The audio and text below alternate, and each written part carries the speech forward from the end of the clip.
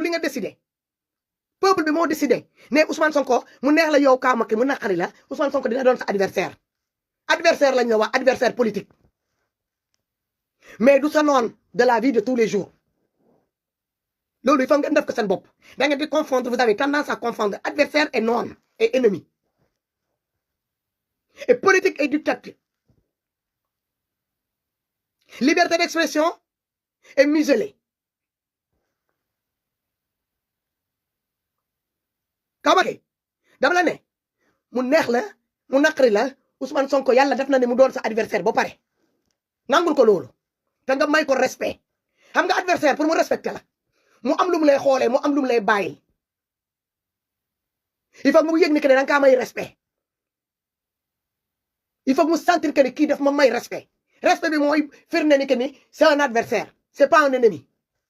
mais boo ko poussé di ko frustré pour que nga génnee ko ci posture adversaire di ko pousse pour mu doon sa ennemi bu boobaa dañoo neex ça devient plus de la politique ça va plus jamais devenir de la politique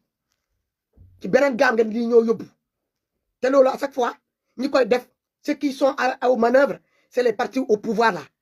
ñi nekk au pouvoir toujours comme ils ont l'armée à côté d'eux la police la gendarmerie tout ceux qui peuvent prendre service li ñu mun a jël pour mun a noot pour mun a intimider dinañ ci jaar Kaw Macky depuis combien d'années maintenant yaa ngi intimider et t'as pas réussi il n'est pas temps nga toog nga xoolee Ousmane Sonko nga jël ko nga xool ko teg ko à la place d'un adversaire plutôt à la place d'un ennemi à abattre ça va te rapporter quoi ça va changer quoi prendre Ousmane Sonko en tant qu'ennemi est-ce que ça va faire ton cote à toi ça va faire ton cote ça va te faire gagner quelque chose non au contraire da lay wàccee ñu bëggoon a commencer am tuuti estime ci yow dañ lay wàccee dañ lay gën a wàccee ci suuf parce que sénégalais bëgguñu injustice sénégalais bëgguñu kuy jaay doole moromam sénégalais bëgguñu koo xamante ni que ne dafa rëy sénégalais bëgguñu koo xamante ni que ne day yëkkati boppam trop Kaw Macky ne ko yàlla doo yonante bi doo dara président nga te pour nga mën a doon président ñun ku demoon sa 2012 Ousmane Sonko ba ko ne ñi la votel sa pour nga mën a doon président on sait pas damay wax nii en 2012 ci ko injustice bi ñu la tegoon noonu ku dem sa Ousmane Sonko bii nga bëgg a jël tey bi def ko sa noon bëgg ko tëjal buntu palanteer trou yi nekkoon sa ci ngi yëpp fat leen wàccee rideau wàcce lépp seele dem sa yoon ah ku dem sa 2012 bi nga amee sa problème yow bokk na ci sénégalais yi comme man comme ñeneen des milliers de sénégalais la ñi la yërëmoon jël seen carte jox la xeex Kaw Macky 17 bakkan fukki bakkan ak juróomi ñaar ñoo ci rot te ba léegi kenn gisul monument kenn musul dëgg deuil national bi ngeen di décréter au nom de ces gens là qui ont perdu leur vie pour yow nga mën a toog tey nga doon président déedéet bi nga ñëwee toog tamit ba léegi man dëggaguma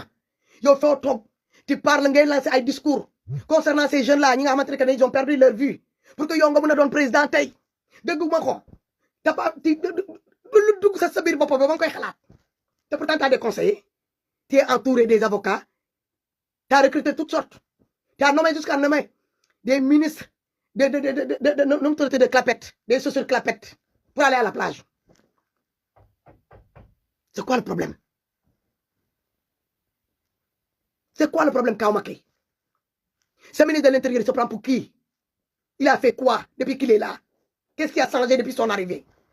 ce qui a changé moi je le sais à part donner se mettre en spectacle au bout de 15 jours de sa nomination prendre un sac à dos se permet de distribuer 50 millions boo xamante ne moom ñëwaale wala ko ak moom ci biir nguur bi dafa egg si ñu jël benn caisse noire dox ko li mu fa fëgg mu fëgg ko dem di ko utee ay tur ci loo xamante ne du moom moo ko liggéey hérité wu ko ci waajuram yi hérité wu ko ci du sa côté yow du fenn xaalis si sénégalais yi la décaissé dans la caisse du trésor public nga xamante ne suñu maam yi suñu yaay yi suñu sœurs yi suñu frères yi suñu papa yi suñu nijaay yi nga xamante ne ñooy jaay ci marché yi di jaay ci luuma yi di jaay ci kaw tali yi ñooñu leen ñoo ci loxo ñooñu leen koy jëlee ñoo verse ko ci biir caisse trésor public vous prenez pour qui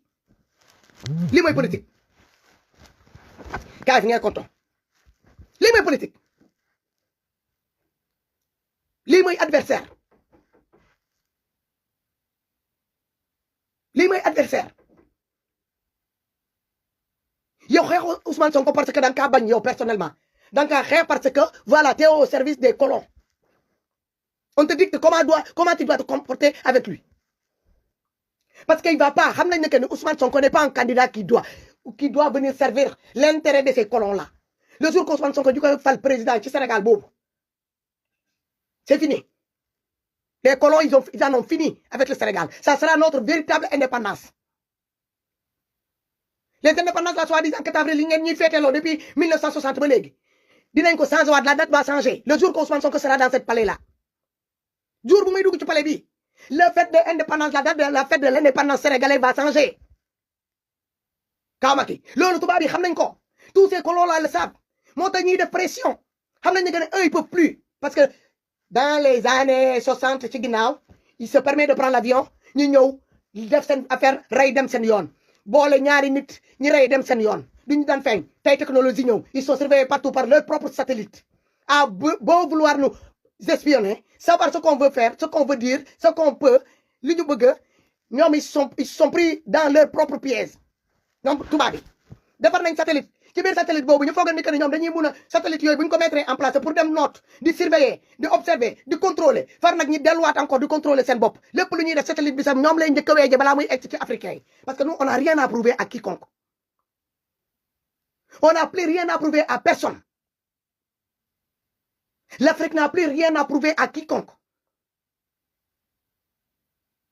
les colons ont eu base en Afrique ils ont pollué l'Afrique. Ils nous ont mélangé les uns contre les autres, créé des génocides, les tueries entre nous, nous déverser toutes sortes de saloperies de maladies. Pour nous empoisonner la vie, pendant ce temps-là, ils sont là en train de creuser sous terre. Nous dépouiller de tout, nos ressources naturelles, pour venir éclairer, éliminer, construire des buildings, et tout le confort qu'il faut. Sauf leur appartement, leur maison. Et nous, à la place, on a quoi? On a des enfants qui dorment en pleine lune. On a des enfants qui traînent pieds nus. On a des enfants qui vont à l'école dans des abris provisoires. On a des femmes qui accouchent sur les sarrettes.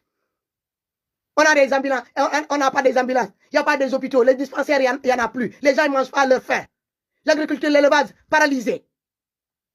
Les allées-venues, paralysées. Les routes, non goudronnées, à gogo. La forêt déforestée. La mer, avec des chalutiers qui raclent notre fond de mer. Tous les jours, toutes les minutes qui passent. L'eau potable, on n'a pas droit. Tous nos sous-sols là sont en train de se faire vider de leur eau. Voilà ces présidents-là, au lieu de se réveiller, ouvrir leurs yeux et prendre la priorité de leur peuple en main. Non, ils sont là tout le temps. Des adversaires comme un Sénégalais de mère et père, arrière-grand-père. Ils ont dit de place ennemie. Pour faire plaisir au colon qui est là-bas. Pour lui montrer que je suis ton vrai serviteur. N'oublie pas ça. Vous êtes là tout le temps à rappeler le colon que dit je suis là pour te faire plaisir. Je suis là pour me donner à 1000% pour te montrer que je suis ton fidèle serviteur. Ça va te rapporter quoi? Macky Sall, tu vas partir, tu ne seras jamais en français. À 100%. Parce que vous n'êtes Macky. On va regarder dans ton état civil. C'est du arrière-grand-père. Ils sont sénégalais. De côté père, côté mère. Donc, il faut dire ben santo Dogol, wala Chirac, wala Wareva. Donc, li moy lan acharnement bi moy lan. Ce n'est plus de l'acharnement ça. C'est de la méchanceté pure et simple. C'est de la méchanceté pure et simple. Ouais, parce que fi taw créer ben affaire. Sénégalais ñoo jappalé len tay yeen normalement dans des pays civilisés. Dans des pays yo xamantene que démocratie déggantaan à 100% mo fay dox. Dans les pays dans des pays yo xamantene que les gens marchent avec leur tête, pas avec di xalat. Ousmane Sonko warul mëna tok fi sax ay nitam yi diko tétal diko may. Yeen ko wara mëna gënël ben caisse chaque année mu defal le devis de ces déplacements li mu bëgg def etc. et tout le cours de contrôle des élections et tout ñu xol les ministères de finances ñu xol ñu xamné que li de ki li mu bëgg def ni valable na bokku na ci li nga xamantene que constitution bi may na ko ngeen déké sa ngeen jox ko ngeen déké so ngeen jox ko kaw mak mais non seulement yeen do leen déké sa ngeen jox ko koku ñiko bëgg tamet les sénégalais ñi nga xamantene que ils ont misé sur lui aussi ngeen da ngeen di baré ñoñu yoon bi pour ñu bañ ko jox ñaar dërëm kaw mak dañ dem var xara ma jox la li sénégalais mettez des cœurs seulement man cœur rek la soxla suma sañam sa do leen ma defal commentaire parce que limay wax ni c'est très important ñaari tour yu may cité ni like bi après bo leen moytu sa dinañ ko bloquer vie du yek bu ñu paré mën nañ ko bloquer pendant des heures et tay dimanche là je ne sais pas si je peux joindre le technicien encore pour mu dougat encore en danse avec Facebook ele ben ni ñoko mëna def donc parce que peut compter que c'est sur les sénégalais de la diaspora légui yow tu as le toupet et le kilo d'oublier qu'en 2012 Yo, balaa ngay toog dafa amoon les mêmes Sénégalais là de la diaspora aujourd'hui là qui t'ont largué, qui t'ont tourné le dos pour aller miser sur un nouveau cheval boo xamante ne s'appelle Ousmane Sonko pour le 2024 nga ne ñooñu da nga leen di couper l'herbe sous les pieds foo ko teg te kii tu peux contrôler le compte en banque de qui parmi nous dans la diaspora Kaw Macky je t'avais averti nee naa la bàyyi ma toog fi ma toog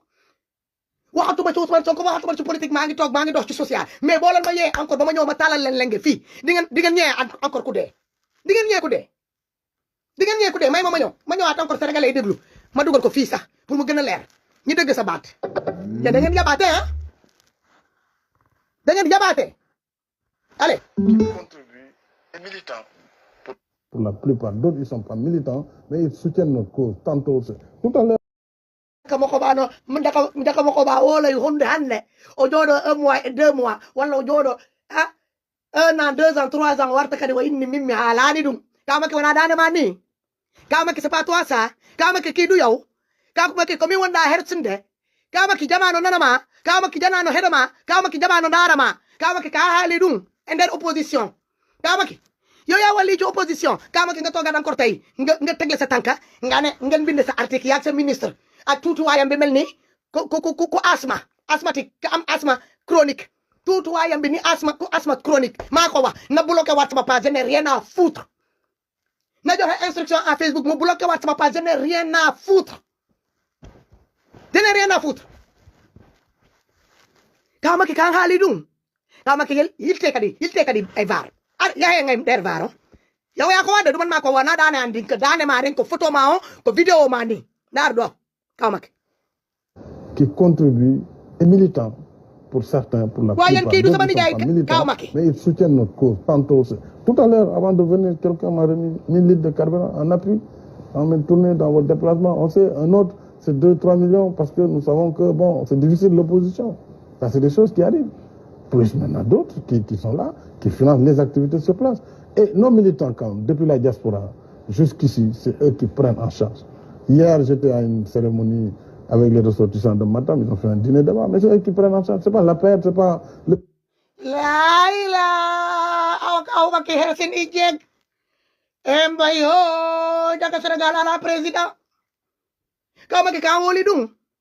may nañ la 1000 litres carburant ɓe jonni ma 3 millions CFA ils ont créé un dîner de gala avec les ressortissants de Matam ka haali ɗum de lii du sama parole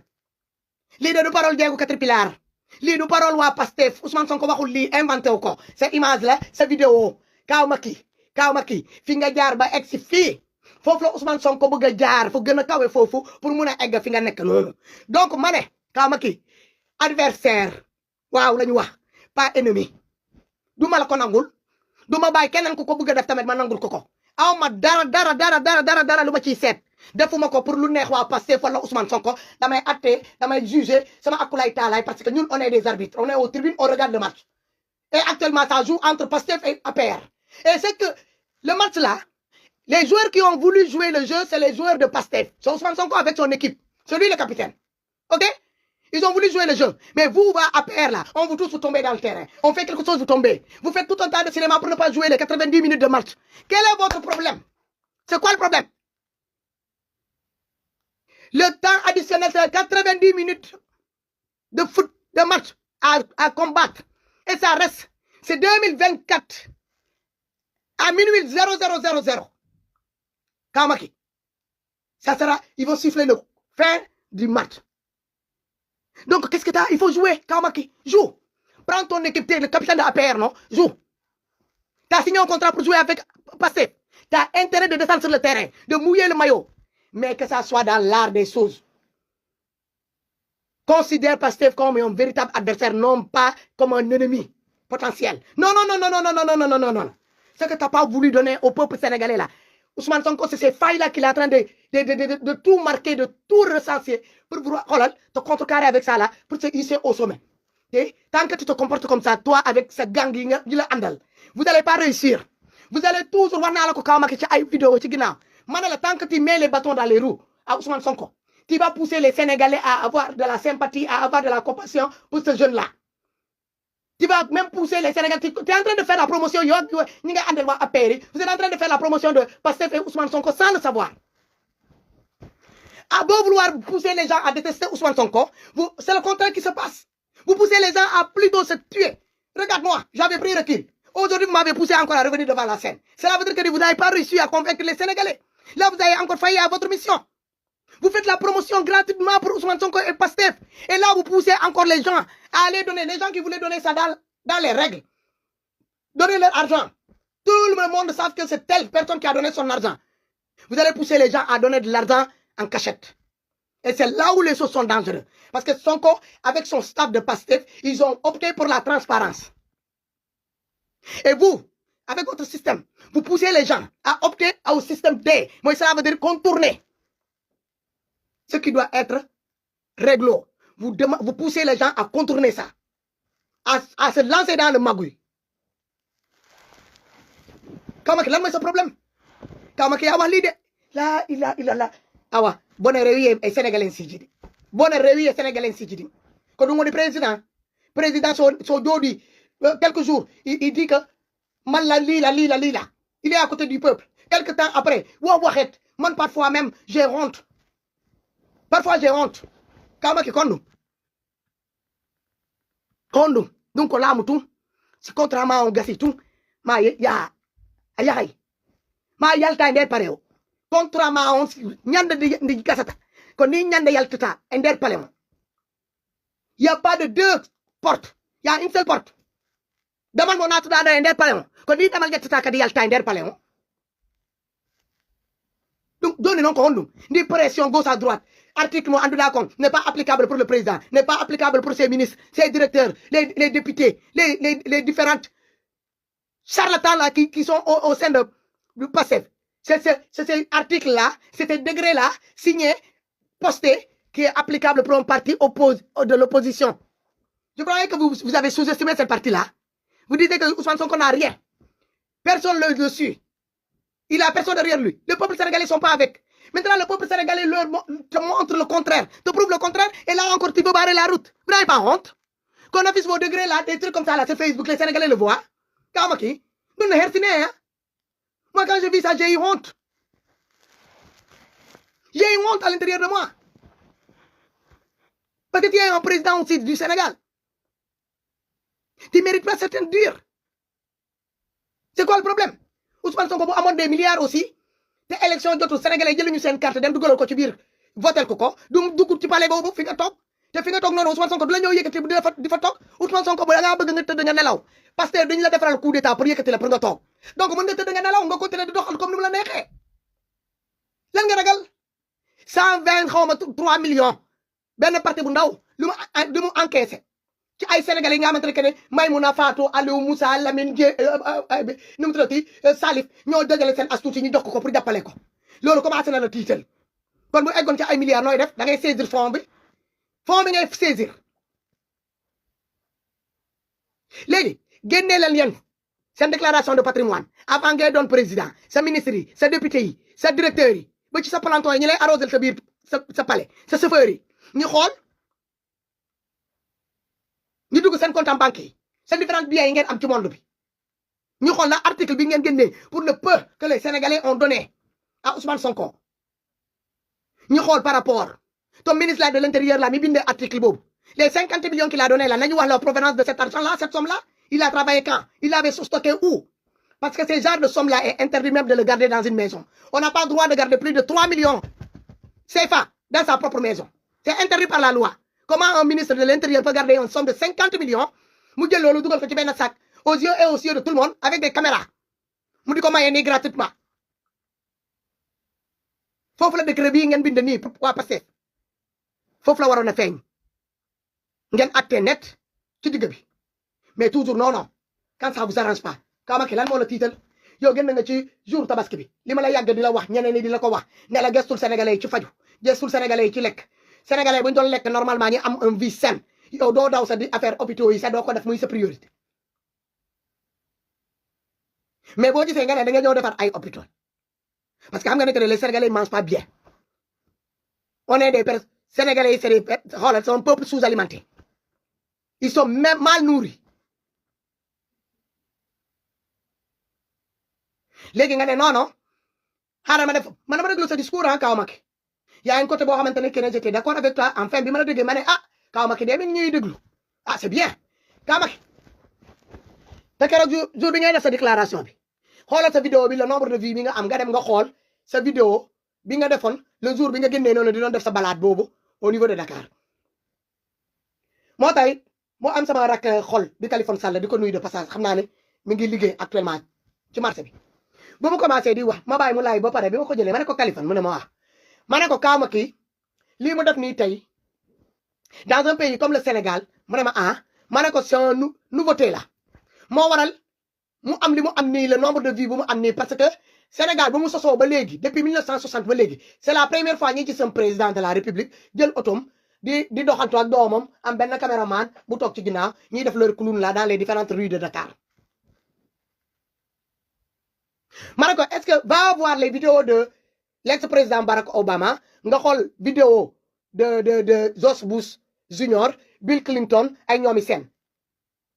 dañ daan génn di def seen jogging di daw di football di def lu ne mais leur vidéo fait 3000 6000 vues xam nga des commentaires dina dem ba ay 7000 3000 ay affaires yooyu musul atteindre nombre bi parce que xam nga lu tax c'est un phénomène nouveauté la au sein du Sénégal pour la première fois un président di jël otoom particulier am jël doomam bu jigéen teg ko bàyyi ko mu lekk ci ba mu suur nag toog feesal kanam oto bi ba mu ne ba oto bi fees voilà xale bu ndaw moom papa ji rek bu nekk ci wetam du nguur bi nekk ci ginnaaw yore caméra bi ñuy sillonner les petites rues là de Dakar ma ne ko c'est bien au moins moom commencé na gis bii pas nekkul ci oto boo xamante ne les vitres sont teintées moom mi ngi gis que ni nekkul di liggéey dëkk bi gis na dëkk bi nu mu poussiéré gis na dëkk bi nu mu délabré gis na dëkk bi nu mu nekkee à l'abandon au moins gis na ko parce que il conduisait il voyait comment la ville était délabrée laissée à l'abandon la ville de Dakar c'est comme le Sénégal c'est un pays orphelin c'est un pays orphelin au niveau politique ma ne ko baax na ci ma ne ko mais nii non ma ne ko toogal nga xool bu beneen wala tey encore bu génnee di balaat vi nombre de vie mu am nii du ko amati te 31 décembre ngi ñëw bu génnee def discours am di nga xool le nombre de personnes ñu koy ñëw suivre du bokk te exactement loolu laa wax Kaw Macky bi nga génnee di def sa discours 31 décembre da ngaa dajalewul sax le tiers de li nga am ci sa balade boobu nga doon def au niveau de Dakar ma ne Kaliphone loolu laa la waxoon mu ne ma wax nga dëgg de ma ne ko jeex na il faut ngeen di doxal seen lii il faut ngeen di doxal seen lii xam nga bu dee aux États-Unis la Barack Obama génnoon mu doon jógin mu gis nañ ko muy fekk première dame di fekk ñiy def seen sport di def ay pompe Barack Obama bu liggéeyee ba heure de pause am jot muy def ay pompe di def tuuti sport ci parc bu foofu te pourtant c'est les présidents les plus puissants au monde c'est pas un phénomène un américain bu taal Facebook am mu gis Barack Obama wala kii nu mu tuddati Donald Trump di def sport wala di def ay jogging wala ex président Bill Clinton wala kii George Bush Junior man na ko du doon problème Sarkozy daanoon na ko def Emmanuel Macron da koy def yeneen président yëpp dañ koy def le chancelière la reine d'Angleterre elle fait des marches à pied tous les jours dans Buckingham Palace ok Angela la chancelière de Allemagne day def la reine fii Hollande dañ koy def avec le roi Belge même chose dañuy def seen parc la ñu yore ils font des balades ils font des vélos di def ay vélo c'est pas la fin du monde loolu bu ñu ko defee ci page bi fii man mun naa yem ci loolu rek nga taal sama Facebook ma yem ci une reine qui pédale ses vélos dama koy romb parce que man damay pédaler vélo c'est pas quelque chose d'extraordinaire mais pour Sénégal c'est normal ñu am genre réaction bi parce que c'est un pays qui est endormi depuis 1960 ils ont l'habitude de voir un président boo xamante ne que bu rombee y a plus de 50 000 cortèges de voitures yoo xamante ne amaluñu benn njëriñ ñoo koy topp ci ginnaaw yow bi nga bëggee doon président kenn topp la ama woon cortège bi yooyu nga doon président nga bëgg a jël plus de 50 000 garde corps lan lañ lay garder doye bu dee yow wóolu nga sa bopp di que yaa ngi liggéey bu dee wóolu nga sa bopp di que yow sénégalais yi bëgg nañ la bu dee wóolu nga sa bopp di que yow yaa fi ne tu n'as rien à te reprocher lan mooy sa problème Kaw Macky c'est quoi ton problème Ousmane Sonko sa adversaire politique la wala sa nom de la vie de tous les jours il faut nga leeral foofu sénégalais yi parce que sénégalais bëgg nañ xam man j'ai analysé depuis hier soir bi ma tombé ci kii bi ci seen communiqué